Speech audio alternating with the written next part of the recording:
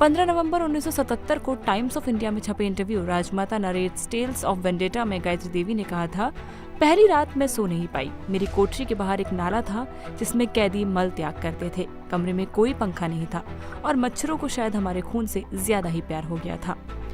1 महीने बाद तिहाड़ जेल के अधिकारियों ने गायत्री देवी को बताया कि ग्वालियर की राजमाता विजयराजे सिंधिया को भी वहां लाया जा रहा है और उनको उनके कमरे में ही रखा जाएगा। बाद में राजमाता ने इसका विरोध किया और कहा कि उनका कमरा बहुत छोटा है, अगर एक और पलंग डाला जाएगा तो खड़े होने की भी जगह नहीं बचेगी। गायत्री देवी अपनी आत्मकथा द प्रिंसेस रिमेम्बर्स में लिखती हैं, मुझे योगा करने के लिए अपने कमरे में थोड़ी जगह चाहिए थी और मुझे रात में पढ़ने और संगीत सुनने की भी आदत थी। हम दोनों की आदतें बहुत अलग अलग थी। वो अपना अधिकतर समय पूजा पाठ में बिताती थी।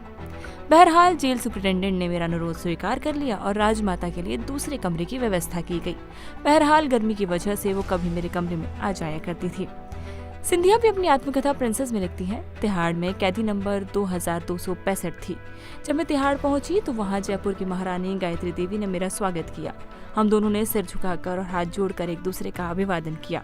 गायत्री देवी इस जेल में करीब 150 से भी ज्यादा दिनों तक रहीं। उन्होंने खुद इंदिरा गांधी को पत्र लिखा और रिहाई की बात कही, जिसे बाद में कई शर्तों के साथ मान भी लिया गया। वहीं दूसरी ओर सिंधिया को स्वास्थ्य कारणों की वजह से पेरोल पर छोड़ दिया गया। जब सिंधिया के बाहर निकलने का समय आया तो महिला कैदियों ने जेल के अंदरूनी गेट के दोनों ओर खड़े होकर उन पर फूल बरसाए।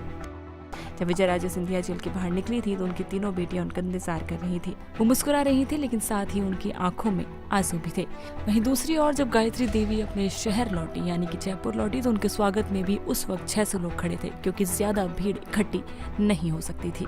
तो यह है उन 2 महारानियों की कहानी जिन्हें आपातकाल के वक्त जेल में डाल दिया गया था।